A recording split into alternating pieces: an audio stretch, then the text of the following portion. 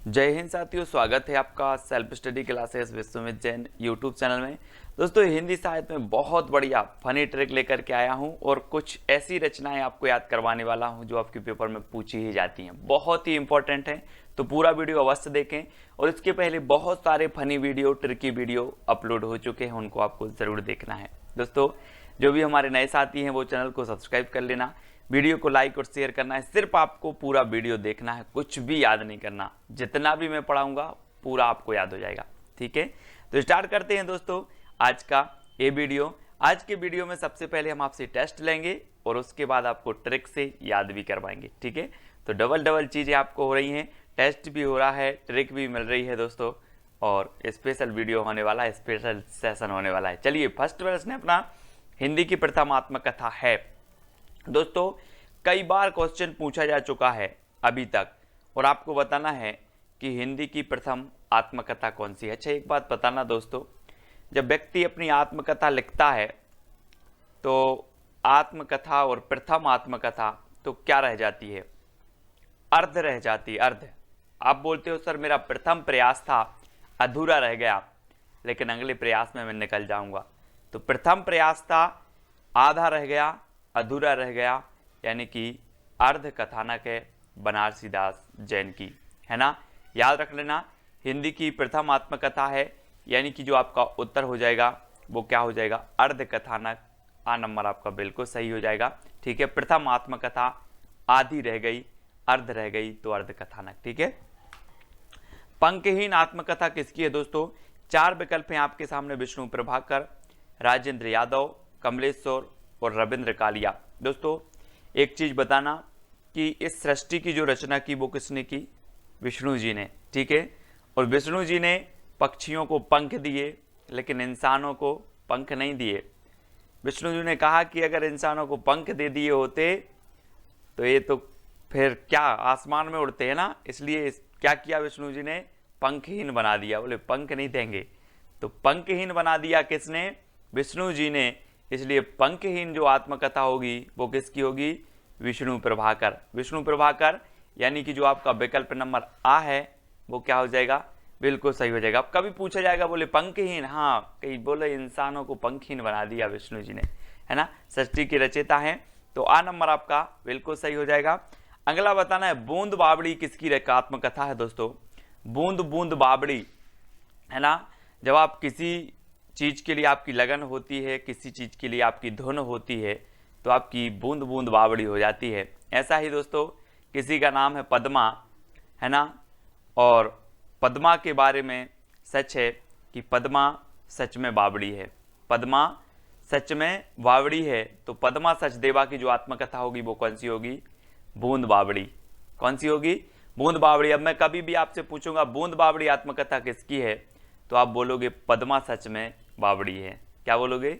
पद्मा सच में बावड़ी है। ठीक है, तो पद्मा सचदेवा की आत्मकथा का नाम क्या है? बूंद बावड़ी। आ नंबर आपका बिल्कुल सही हो जाएगा। अगला देखते हैं दोस्तों, लगता नहीं है दिल मेरा। तो आपने देखा होगा कि जब श्री कृष्ण जी चले गए तो गोपियों ने कहा कि उद्धव लगता नहीं है दिल मेरा, है ना। किसने कहा? गोपियों ने। कौन चले गए थे? श्री कृष्ण चले गए थे। कृष्ण चले गए तो कृष्णा अग्निहोत्री, है ना। लगता नहीं है दिल मेरा, कृष्णा अग्निहोत्री, यानी कि कृष्ण चले गए तो कृष्णा अग्निहोत्री, और इनके बिना लगता नहीं है दिल मेरा।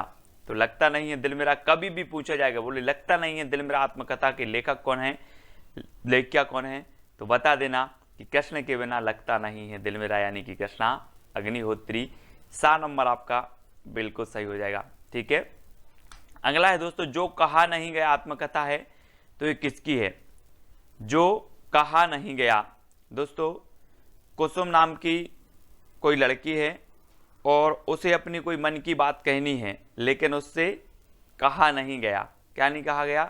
कहा नहीं गया। या फिर ऐसे करते हैं दोस्तों कि कुछ लोग क्या होते हैं, अपनी बात नहीं कह पाते सामने, तो वो क्या करते हैं? कुसुम दे देते हैं। कुसुम, है ना, कुसुम यानी कि फूल, फूल दे देते हैं। बोले जो कुछ कहा नहीं गया वो फूल से कह देंगे, है ना।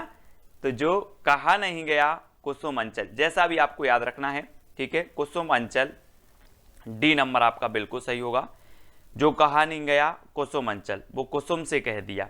ठीक है, तो डी नंबर आपका बिल्कुल सही हो जाएगा। अगला है दोस्तों, एक कहानी यह भी, आत्मकथा किसकी है? एक कहानी यह भी। दोस्तों आपको पता है कि बहुत ही बढ़िया आत्मकथा है। और एक कहानी यह भी, कहीं भंडारा चल रहा था और वहां पर लड़ाई हो गई, तो सब ने बोला कि लो एक कहानी यह भी बन गई। एक कहानी यह भी बन गई, काय में? भंडारे में। तो एक कहानी यह भी भंडारे में, यानी कि मन्नू भंडारी, है ना। मन्नू भंडारी की ये रचना है। आपका बंटी भी एक रचना है इनकी, लेकिन ये आत्मकथा है इनकी, एक कहानी यह भी मन्नू भंडारी, भंडारे में एक कहानी यह भी। ठीक है, तो 7 नंबर आपका बिल्कुल सही हो जाएगा। मेरी जीवन यात्रा आत्मकथा है, तो किसकी है दोस्तों?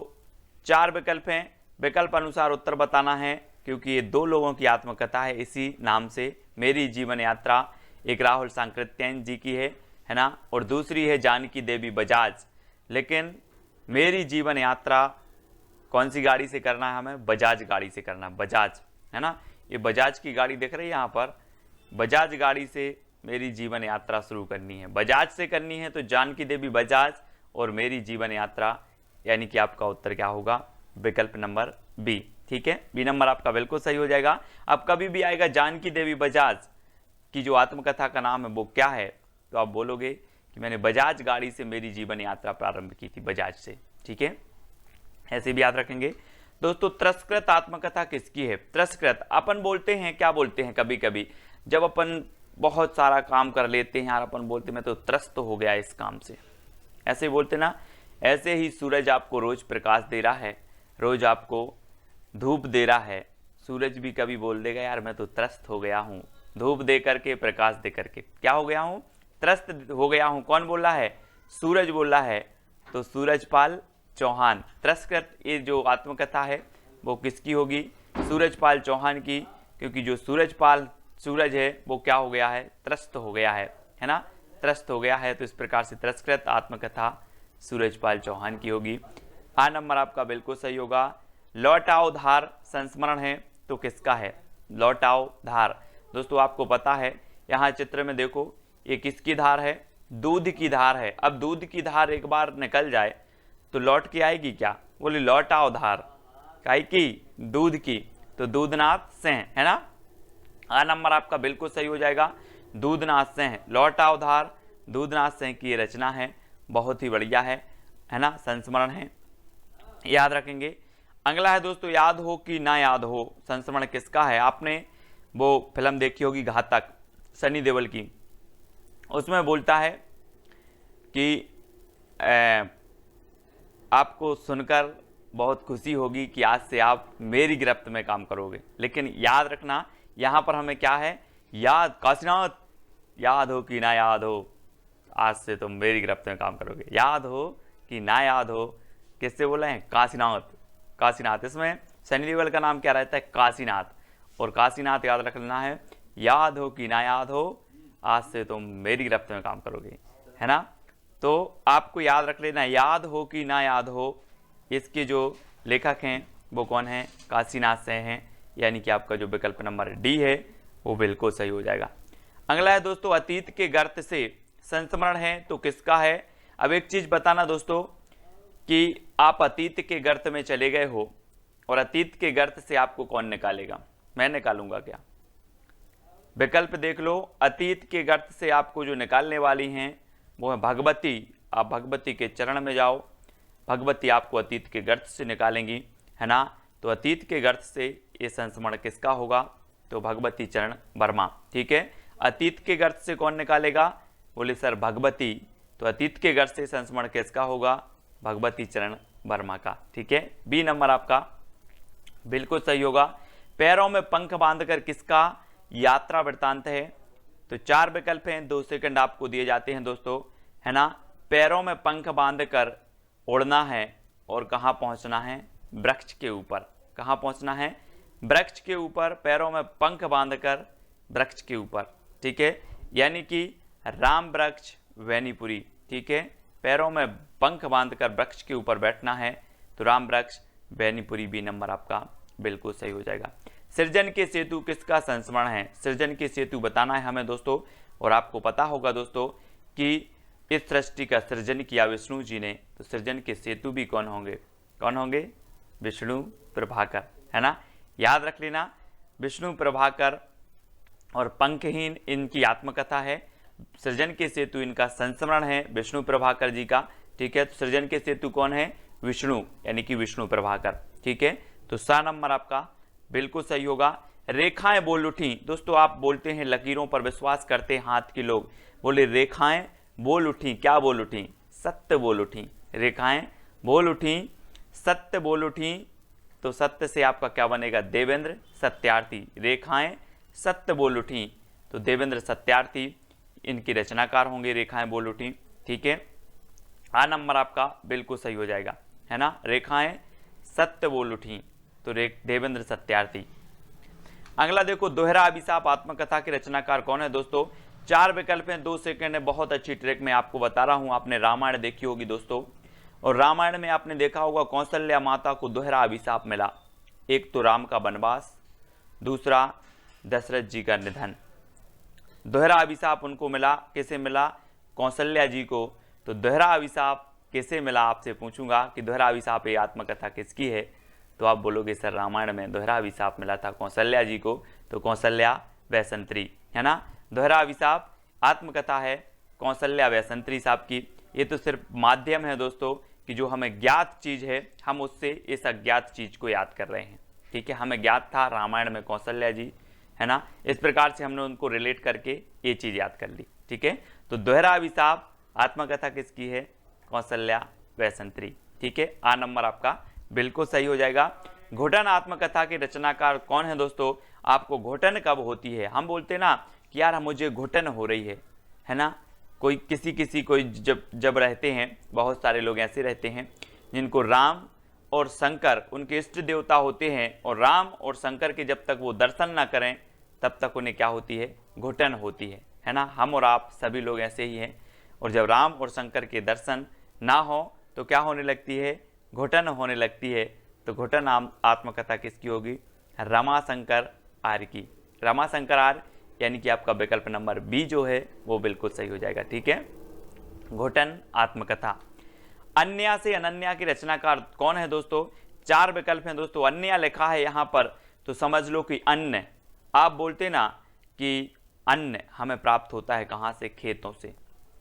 कहां से प्राप्त होता है अन्न? खेतों से प्राप्त होता है ना। एक वो लोकगीत है, आपने सुना होगा, अन्न देव महाराज तुमसे लगो संसार। आपने लोकगीत सुना होगा, बुंदेलखंडी भाषा में है ना। तो अन्न कहाँ पैदा होता है? खेतों में। तो अन्या से अनन्या की रचनाकार कौन है? प्रभा खेतान, है ना। प्रभा खेतान याद रख लेना, ये है। और दोस्तों इनकी एक रचना है पीली आंधी। मैंने आपको बताया था कि पीली आंधी कहाँ आती है? जब सरसों फूलता है खेतों में तो ऐसा लगता है कि पीली आंधी आ गई हो, तो पीली आंधी भी है दोस्तों प्रभा खेतान की रचना। लेकिन अन्या से अनन्या ये आत्मकथा है प्रभा खेतान जी की, याद रखेंगे, बहुत ही बढ़िया है। खेतों में अन्न उपजता है, अन्न निकलता है ना, इसलिए अन्या से अनन्या प्रभा खेतान। मेरे 7 जन्म, मेरे 7 जन्म दोस्तों सभी लोग चाहते हैं कि मेरा एक जन्म ही नहीं, मेरे 7 जन्म हंस हंस के कट जाएं। कैसे कट जाएं? हंस हंस के कट जाएं। तो मेरे 7 जन्म के रचनाकार कौन होंगे? हंसराज रहवार, यानी कि आपका विकल्प नंबर जो आ है वो बिल्कुल सही हो जाएगा। हंसराज रहवार, मेरे 7 जन्म हंस हंस के कट जाएं। वो आपने गाना सुना होगा, 7वें जन्म में तेरे साथ रहूंगा यार, सुना है ना सभी लोगों ने, दिल वाले फिल्म का। तो मेरे 7 जन्म कैसे कट जाएं? हंस हंस के कट जाएं, यानी कि दोस्तों आ नंबर आपका बिल्कुल सही होगा। मैंने मांडू नहीं देखा आत्मकथा है, तो किसकी है? मैंने मांडू नहीं देखा आत्मकथा के रचनाकार कौन है? स्वदेश दीपक, रमाशंकर आर्य, कमलेश्वर, भीष्म साहनी। तो दोस्तों एक चीज बताना, मांडू कहाँ है? विदेश में कि स्वदेश में? कहाँ है मांडू? और दोस्तों मांडू है कहाँ पर? स्वदेश में। तो मैंने मांडू नहीं देखा, ये आत्मकथा किसकी होगी? किसकी होगी? स्वदेश में है, तो स्वदेश दीपक, यानी कि जो आपका आ नंबर है वो बिल्कुल सही हो जाएगा, स्वदेश दीपक, ठीक है। आ नंबर। मांडू कहाँ है? स्वदेश में, तो स्वदेश दीपक। आ नंबर है गालिब छूटी शराब के रचनाकार कौन है दोस्तों, है ना, जिसने शराब छोड़ दी हो और वो बोले कि मैं शराब छोड़ दी है तो लोग उस पर नज़र रखने लिए लगते हैं। एक बार क्या हुआ है, ऐसे ही गालिब छूटी शराब और छोड़ दी शराब, लेकिन वो शराब लेके आ रहे थे, बोले का लिया, का लिया, बोले शराब लिया, तो गालिब छूटी नहीं शराब, गालिब छूटी नहीं शराब, बोला गालिब छूटी नहीं शराब, है ना, का लिया शराब लिया। ठीक है, तो ऐसे याद रखेंगे, गालिब छूटी नहीं शराब, ये रविंद्र कालिया जी की है। आ नंबर आपका बिल्कुल सही हो जाएगा। ठीक है, इसमें से दोस्तों बहुत सारी ट्रिक हमने देखी, बहुत सारी चीजें याद करने का प्रयास किया अलग अलग प्रकार से। आपको कौन सी ट्रिक सबसे अच्छी लगी कमेंट के माध्यम से आपको बताना है। और दोस्तों एक चैलेंज प्रश्न है आपका कि अपनी खबर किसकी आत्मकथा है, ये आपको बताना है कमेंट के माध्यम से। हर वो बंदा बताएगा जिसने वीडियो देखा है। ठीक है, अपनी खबर किसकी आत्मकथा है, बहुत सारी रचनाएं आत्मकथाएं संस्मरण याद किए हमने। वीडियो कैसा लगा कमेंट के माध्यम से सभी लोग बताएंगे, वीडियो को शेयर करेंगे और साथ ही दोस्तों अपनी खबर किसकी आत्मकथा है वो आपको कमेंट में लिखना है ना। और बाकी ये 4 ऑप्शन हैं, इनकी अगर आपको आत्मकथा रचना कितना आप इनके बारे में जानते हो, 4 विकल्प में से आपको चारों विकल्प के जवाब देना है। इनके बारे में क्या क्या जानते हो, कोई खास रचना है, कोई अच्छी चीज है, वो आप बताएंगे। ठीक है, तो याद रख लेना, कल हमने याद किया था दोस्तों कि जो है बालकृष्ण भट्ट की जो एक इन्होंने संपादन किया था पत्र का हिंदी प्रदीप, उसको हमने याद कर दिया था कि प्रदीप के बाल भट्टा से भरत गए। क्या किया था, प्रदीप के बाल भट्टा से भरत गए, तो हिंदी प्रदीप से हिंदी प्रदीप और बाल से बालकृष्ण भट्ट, है ना, ऐसे याद कर लिया था दोस्तों। तो इसी प्रकार से जुड़े रहें, वीडियो को लाइक करें, शेयर करें, बहुत सारी ऐसी ट्रिक आएंगी हिंदी साहित्य की, हर एक चीज आपको याद हो जाएगी। बने रहें, ये 18वां वीडियो था दोस्तों, और इसके पहले 17 वीडियो ऐसे ही और बहुत अच्छी अच्छी फनी ट्रिक से मैंने आपको याद करवाए हैं। ठीक है, जो भी साथी अभी तक व्हाट्सएप ग्रुप से नहीं जुड़े हैं वो 9098609291 609291 इस पर SMS करें और उनको तुरंत व्हाट्सएप ग्रुप की लिंक मिलेगी। साथ ही टेलीग्राम ग्रुप से भी आपको जुड़ना है, वीडियो को लाइक करके शेयर अवश्य करना है दोस्तों। आज के वीडियो के लिए बस इतना ही। जय हिंद।